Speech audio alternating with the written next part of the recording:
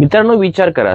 तुमच्या बँक खात्यामध्ये तुमच्या कष्टाचे पैसे आहेत आणि ते तुम्हाला कोणाला तरी तातडीने पाठवायचे आहेत किंवा हॉस्पिटलचं बिल भरायचं आहे. तुम्ही गुगल पे, फोन पे किंवा इतर नेट बँकिंग ॲप उघडता, पिन टाकता आणि तुम्हाला स्क्रीनवर मेसेज येतो. ट्रान्झॅक्शन फेल, अकाउंट फ्रीज किंवा अकाउंट ब्लॉक. अशा वेळी माणसाच्या अंगाचा थरकाप उडतो, डोळ्यावर अंधार येते. कोणताही गुन्हा केलेला नसताना किंवा कोणताही फ्रॉड केलेला नसताना अचानक खातं बंद होतं. काल ऑनलाईन व्यवहार वाढल्यामुळे P2P ट्रेडिंग किंवा चुकून एखाद्या फ्रॉड पैशांची साखळी आपल्या खात्याशी जोडली जाते.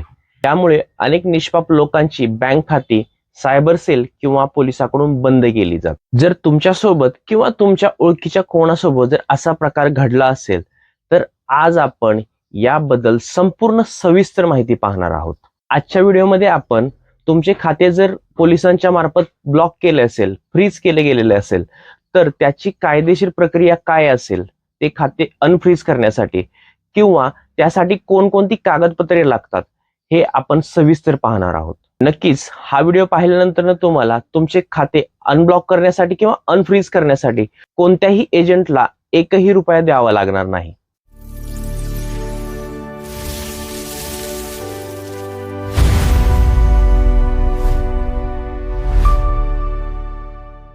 नमस्कार मित्रांनो, मी विकास चव्हाण. स्वागत आहे तुमचं आपल्या डिजिटल विकास या युट्यूब चॅनलमध्ये. आपल्या चॅनलवरती तुम्हाला लोन, बँकिंग किंवा ऑनलाईन फ्रॉड पासून कसं वाचायचं या संबंधित सविस्तर माहिती अगदी सोप्या मराठी भाषेत मिळत असते. जर तुम्ही पहिल्यांदा चॅनलवरती आला असाल तर चॅनलला सबस्क्राईब करा आणि बेल नोटिफिकेशनला ऑन करून ठेवा, जेणेकरून यापुढे येणारे सर्व महत्त्वपूर्ण व्हिडिओ तुम्हाला पहिल्यांदा मिळतील. चला तर मग मुख्य विषयाला सुरुवात करूयात. मित्रांनो, पहिली ही गोष्ट समजून घ्या, कोणतीही बँक स्वतःहून तुमचे खाते कधीच फ्रीज करत नाही तोपर्यंत तुम्ही कर्जाचे हप्ते थकवले नसतील किंवा KYC अपूर्ण नसेल. दोन गोष्टी जर तुमच्याकडून घडलेल्या नसतील तर यामागे 100% पोलिसांचा किंवा सायबर सेलचा हात असतो. हे असं का होतं याचं मुख्य कारण म्हणजे लिंक्ड ट्रान्झॅक्शन किंवा सस्पेक्टेड फंड. हे आपण एका उदाहरणामार्फत समजून घेऊयात. समजा राहुल नावाच्या एका व्यक्तीची 10,000 रुपयांची फसवणूक झाली. राहुलने सायबर सेलकडे तक्रार केली. पोलिसांनी तपास केला की ती 10,000 रुपये ज्या चोराच्या खात्यात गेले त्याने त्या पैशाचे लगेच दुसऱ्याला ट्रान्सफर केले आणि चोराने ज्या दुसऱ्या माणसाला ते पैसे ट्रान्सफर केले तिथून ते पैसे फिरत फिरत काही कारणास्तव तुमच्या बिझनेस पर्पज मधून किंवा इतर कोणाकडून उसने घेताना ते पैसे तुमच्या खात्यात आले. सायबर सेलची टीम काय करते की जिथून या फ्रॉडची सुरुवात झालेली आहे त्यानुसार सुरुवातीपासून ज्या ज्या बँकेमध्ये हा फंड ट्रान्सफर होत गेला, ते पैसे ट्रान्सफर होत गेले, ते क्रमानुसार ब्लॉक केले जातात. यामध्ये तुमची कोणतीही चूक नसते. तुम्ही कोणत्या मालाचे पैसे घेतलेले असतात किंवा कोणाकडून उसने पैसे घेतलेले असतात, पण पोलिसांच्या नजरेत हे संशयास्पद असतं म्हणून ते तुमचे खाते फ्रीज करतात. इथे 2026चा नियम आणि कोर्टाचा आदेश आपल्याला कामाला येतो. पूर्वी काय व्हायचं, एखाद्या खात्यामध्ये 5 लाख रुपये अमाऊंट आहे आणि त्यामध्ये असा गैरव्यवहारातून किंवा फ्रॉड मधून आलेला फंड 5,000चा असेल तरीही पूर्णपणे त्या 5 लाखाच्या अमाऊंट वरती ब्लॉक लावला जायचा. म्हणजे पूर्ण 5 लाख अमाऊंट असलेले खाते बंद केले जायचे. त्यामुळे काय व्हायचे, जोपर्यंत तुम्ही 5 लाख अमाऊंट असलेले ते खाते अनब्लॉक करत नाही किंवा अनफ्रीज करत नाही तोपर्यंत तुम्हाला त्या 5 लाखामधून एकही रुपया वापरता यायचा नाही. त्यामुळे तुमचा बिझनेस किंवा इतर भांडवलासाठी लागणारा पैसा तुमचा अडकून राहायचा.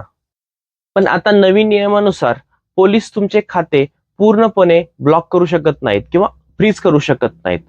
समजून चला, तुमच्या खात्यामध्ये 2 लाख रुपयाची अमाऊंट आहे आणि त्यामध्ये जी संशयास्पद जी अमाऊंट आहे ती असणार आहे 10,000 रुपये. 10,000 जर अमाऊंट तुमची संशयास्पद असेल तर तुम्ही उर्वरित 1,90,000 अमाऊंट ही वापरू शकता. कोणताही निर्बंध नसणार आहे. ती अमाऊंट तुमची सेफ असणार आहे, ती ब्लॉक केलेली नसणार आहे.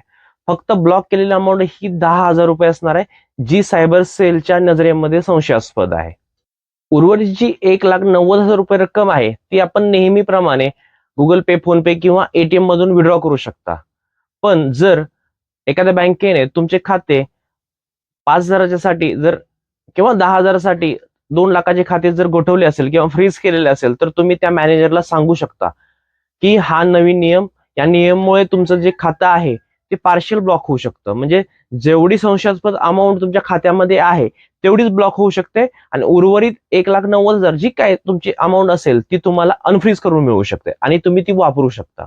पण जर बँक खातं फ्रीज झालं असेल तर त्याची कायदेशीर प्रक्रिया काय आहे, ती कोणत्या स्टेपने आपण ते खाते अनफ्रीज करू शकतो हे आपण थोडक्यात पाहून घेऊयात.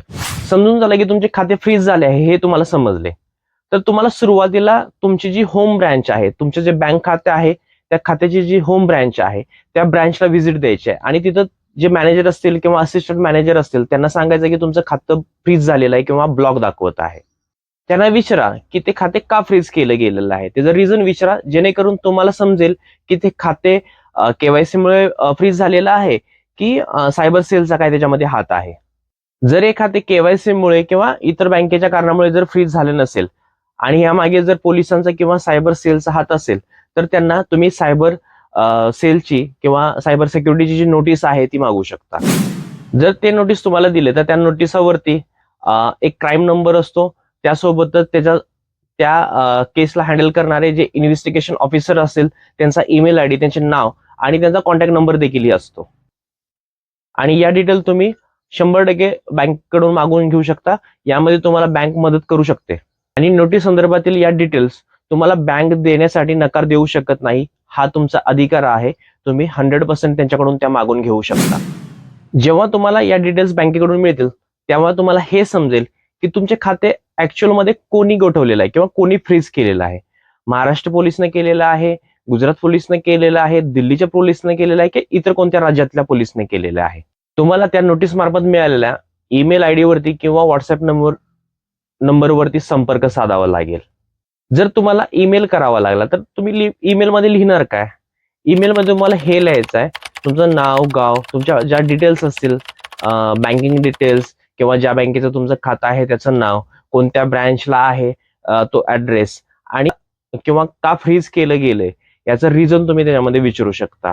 सोबतच तुम्ही जो व्यवहार केला होता, ज्या अमाऊंटसाठी, ज्या रकमेसाठी तुमचं खातं फ्रीज केलं गेलेलं आहे त्या खात्याच्या संदर्भात त्या दरम्यानचा जो स्टेटमेंट असेल, तुमचा बँकेचं जे स्टेटमेंट असेल, जो झालेला व्यवहार असेल, त्याचे काही इन्व्हॉइसेस असतील किंवा इतर जे काही तुमच्याकडे पुरावे असतील ते तुम्हाला त्या ईमेल मध्ये अटॅच करावे लागतील. सोबत तुमचं आधार कार्ड, पॅन कार्ड, त्या दरम्यान झालेल्या बँकेचे स्टेटमेंट, जे 6 महिन्याचं किंवा 1 वर्षाचं स्टेटमेंट असेल ते, परत जी तुम्ही रक्कम तुमच्या अकाउंटवरती घेतलेली आहे त्याचे काही इन्व्हॉइसेस तुम्ही केलेले असतील, बिझनेस पर्पज किंवा अदर पर्पज काय असतील ते तुम्हाला त्याच्याबरोबर जोडायचे आहेत. जर तुम्ही क्रिप्टो किंवा फॉरेक्सच्या क्रिप्टो कॉइन्स किंवा बिटकॉइन्स किंवा अशा गोष्टी काही सेल केले असतील तर तुम्हाला त्याचे P2Pचं जे स्टेटमेंट आहे ते जोडावं लागेल. जेव्हा तुम्ही हे सर्व डॉक्युमेंट घेऊन ईमेल करता किंवा संपर्क साधता सायबर सेल्स किंवा पोलिसांशी, त्यावेळेला त्या इन्व्हेस्टिगेशन ऑफिसर जे असतील त्यांना समजले की तुम्ही गुन्हेगार नाही, तुम्ही सर्वसाधारण नागरिक आहात आणि चुकून या साखळीमध्ये अडकला असाल, तर ते तुमच्या या केसची पडताळणी करतात. पडताळणी केल्यानंतर जर रक्कम छोटी असेल तर ते तुम्हाला म्हणतात की ती रक्कम जी आहे, ज्या व्यक्तीबरोबर हा फ्रॉड घडलाय त्याला ती परत करून टाका. जर तुम्ही या गोष्टीला संमती दिली की जी अमाऊंट आहे, छोटी अमाऊंट तुम्ही जर भरू शकत असाल तर तुम्ही ती अमाऊंट भरतो असं सांगितलं पोलिसांना, तर पोलीस काय करतात की तुमच्या केसची जी एनओसी आहे ती एनओसी बँकेला पाठवतात, बँकेला ईमेलद्वारे पाठवतात आणि 48 तासामध्ये तुमचे जे बँक खातं आहे ते ऍक्टिव्ह होऊन जातं. ही सिंपल आणि सोपी प्रोसेस आहे. पण सध्या टेलिग्रामवरती असे काही व्हॉट्सअप ग्रुप आहे, त्यामध्ये जर तुम्ही P2P करत असाल किंवा असे काही फ्रॉड झालेले असाल तर बरेच लोक सांगतात की तुमचं खातं जे आहे ते आम्ही अनफ्रीज करून देऊ, तुमचं अनब्लॉक करून देऊ, तर त्यासाठी आम्हाला ठराविक रक्कम द्या. तर असे खूप मोठे फ्रॉड आणखी मार्केटमध्ये चालू आहे, तर त्यांना बळी पडू नका. उलट तुमच्याकडचेच 5-10 हजार रुपये घेऊन ते लोक पळून जाऊ शकतात. जी आज आपण प्रोसेस बघितलेली आहे तीच कायदेशीररित्या योग्य आहे. त्या प्रोसेसने गेल्यानंतरच तुमचे खाते ऍक्टिव्ह केले जाते. यामध्ये कोणताही शॉर्टकट नाहीये. तुम्हाला ही प्रोसेस फॉलो करावी लागते. तुम्हाला कागदपत्रे तिथे दाखवावीच लागतात, तरच तुमचे खाते ऍक्टिव्ह होते, अन्यथा तुमचे खाते फ्रीजच राहते. मित्रांनो, बँक खातं अनफ्रीज करण्याची ही माहिती तुम्हाला कशी वाटली हे मला कमेंटमध्ये नक्की सांगा. आणि तुमच्यासोबत असं कधी घडलं आहे का की तुमचं खातं बंद झालंय किंवा फ्रीज झालंय, तुमची त्याच्यामध्ये काहीही चुकी नसताना ते खातं गोठवलं गेलेलं आहे, तर मला कमेंटमध्ये नक्की सांगा. आणि जर तुम्हाला यामध्ये काही हेल्प लागणार असेल किंवा याची प्रोसेस काय आहे, डिटेल प्रोसेस, ईमेल कसा करायचा, ईमेलमध्ये काही लिहायचं किंवा या गोष्टी जर पाहिजे असेल तर मला कमेंटमध्ये नक्की सांगा. त्यामध्ये आपण त्यावरती एक नवीन व्हिडिओ बनवू. आणि हा व्हिडिओ बनवण्यासाठी खूप रिसर्च करावा लागतो, अभ्यास करावा लागतो आणि तिथून जाऊन हा व्हिडिओ बनतो. तर हा व्हिडिओ बनवण्यासाठी खूप मेहनत लागते. तर हा व्हिडिओ जर तुम्हाला आवडला असेल तर तुमच्या नातेवाईकांना शेअर करा, तुमच्या मित्रमंडळींना शेअर करा आणि त्यांना पण या चॅनलला सबस्क्राईब करायला लावा. आणि तुम्हीही जर आतापर्यंत सबस्क्राईब केलं नसेल तर सबस्क्राईब करून घ्या, जेणेकरून असेच महत्त्वपूर्ण व्हिडिओ तुम्हाला यापुढेही मिळत राहतील. चला तर भेटूयात पुढच्या व्हिडिओमध्ये. तोपर्यंत धन्यवाद. जय हिंद, जय महाराष्ट्र.